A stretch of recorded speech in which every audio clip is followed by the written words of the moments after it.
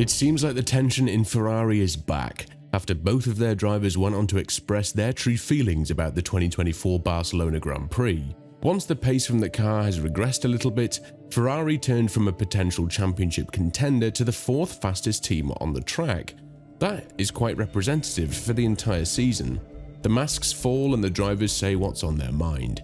The question that needs to be answered now is whether Ferrari can sustain the consequences of the lack of pace in Barcelona, and can they get back on top of their issues, challenging Verstappen on a regular basis. It goes without saying that the biggest loser in Barcelona was definitely Ferrari, due to the fact that they went from challenging Red Bull on a regular basis and hyping the F1 world about a potential championship fight, to losing this privilege to McLaren and Mercedes in Barcelona. P5 and P6 were the maximum that Ferrari could have gotten from Barcelona, even though they introduced a hefty package that has a second counterpart waiting in Silverstone, and that didn't bode well with Vasseur. Nonetheless, the drivers had their own say as to why they raced the way they did, with Leclerc publicly calling out Sainz for closing up turn 1 the way he did and dealing with a bit of damage on the front wing, as the Monegasque driver reported. The fight with Carlos was not correct, but above all, it was not right at that moment. After this morning's briefing, we knew this was the moment we both had to save the tyre, especially in the last corner. On that lap, I did it, but I saw that he didn't do it at all, and he overtook me at the end of the straight. That's how it happened, but we shouldn't have taken the risk of going around the bend as if it weren't there. Unfortunately, I damaged my front wing on the left, and this made me lose some time. In the end, it is also his home Grand Prix, and I think it's an important moment for his career, and he wanted to do something spectacular. Obviously, the pressure to perform was definitely on Sainz's shoulders now that he doesn't have a seat for the upcoming season, despite him saying that every team on the grid that has a vacant seat has offered him a contract.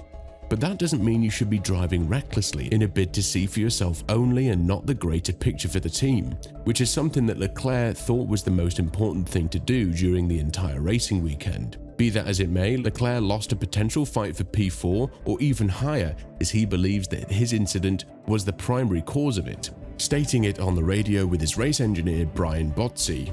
As for Sainz, the smooth operator feels like he hasn't done anything wrong, as it was pure racing, with him being more concerned as to why he didn't get the position from Hamilton back when he got overtaken at the same place where he attacked Leclerc, in turn 1. When talking about this matter to a greater extent, Sainz called out Leclerc for allegedly complaining too much recently and not focusing on racing.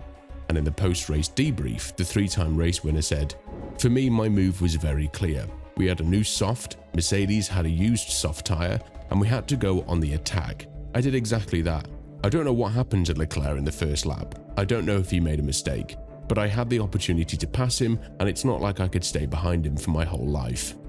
From then on, I went on to attack the Mercedes. I was very close to overtaking them in the first stint because they were on used tyres and we were on new ones, and I wanted to move forward. I don't know what Charles is complaining about because this time I don't know what he's worried about. Be that as it may, the drivers are now focused on dealing with personal issues on the track rather than solving the issues that needs to be solved in order to fight in the upper part of the field. The fact that Ferrari got passed by Mercedes in Barcelona goes to spell bad news for the Maranello team, because if they cannot find more pace out of the current package, we might as well see them struggle throughout the entire 2024 campaign and fall down to the 4th fastest team on the grid.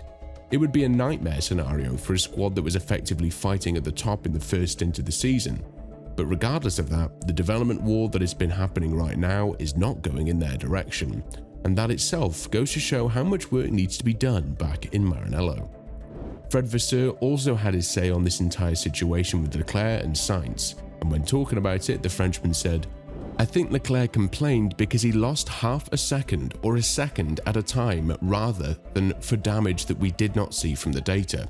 But we can find 10 other moments where he lost a second during the race. It was a small contact, but we didn't lose anything at that stage of the race. I don't think so. We were 5th and 6th. With the strategy, we found ourselves behind some cars and lost a few seconds, and in the end we were on 1 lap away from catching Russell. But we started 5th and 6th and finished 5th and 6th. For me, the bottom line is that we have to do a better job on Saturday. It's safe to assume that this closeness between the top 4 teams will remain throughout the season. But it's now evident that there are 2 drivers who needs to be beaten, and that is Verstappen and Norris. If Ferrari doesn't manage to close up the gap in the following couple of races that are on European ground, they could find themselves in a very difficult position in defending against the charging Woking-based squad, as well as the Silver Arrows, who are now slowly but surely believing that they're back in the mix and could fight for better results. The difference between a race winner and someone who finishes P5 and P6 could be a tenth or two in qualifying, which was not the case last year when Verstappen was taking pole positions with an advantage of 7/10 per second. This goes to show that Ferrari needs to work on the qualifying session much more than what they're doing right now, because their one-lap pace seems to be compromised by the fact that they're struggling to keep up the optimal working temperature in such a short span. This was one of the greatest strengths for Ferrari in the previous couple of seasons, where they would manage to qualify quite high, but due to extreme tyre degradation in the race, they weren't able to keep up with the rest of the grid behind them. And now they're facing the polar opposite of an issue that needs to be addressed as soon as possible. This is something that Sainz has talked about too, as he went on to say, "I expected Barcelona to be at least closer, but the problem is that when you look at McLaren and Red Bull, they're really far away, and Mercedes has improved so much on these types of tracks. They are ahead of us. We have to work, especially on these types of tracks. I honestly think if we return to Monaco tomorrow, we would fight for the victory. But now there are more tracks like Barcelona than Monaco, and we need to improve here. On the long, medium, high-speed corners, we struggle more than the others." Obviously, the issue for Ferrari is reclaiming the glory that they've been trying for quite some time now, and in a season in which everything is so close and bringing upgrades worth 1 or 2 tenths per second is claimed to be pivotal in fighting for race wins, Ferrari seems to be on their back foot, trailing McLaren primarily and Mercedes as well. It's still very early to say whether the Silver Arrows are back in the championship now that their optimistic approach from Canada has translated into Barcelona as well. But if they are, the duo of Russell and Hamilton will definitely serve as a huge problem, not only for Ferrari, but for the top teams of McLaren and Red Bull as well. All of this means that a lot of work needs to be done back in the factory in Maranello, and it's not helping that Sainz is leaving this situation, so he cannot be quite present when it comes to upgrading the car and implementing his feedback as much as Leclerc. There comes a certain period where the team is trying to separate themselves from the driver as much as they can, so that they'll be able to protect against a potential leak of technical information to the other teams. And that period is now closer than ever for Ferrari and Sainz, in the same way that it's close to Mercedes and Hamilton. With all of this in mind, do you think that Ferrari has a legitimate issue on their hands that needs to be solved as soon as possible if they want to be fighting up front? And more importantly, do you think that they have the potential to fix it in the following period? Let us know in the comments below, and once you do that, make sure to click on the video that's appearing on your screen right now.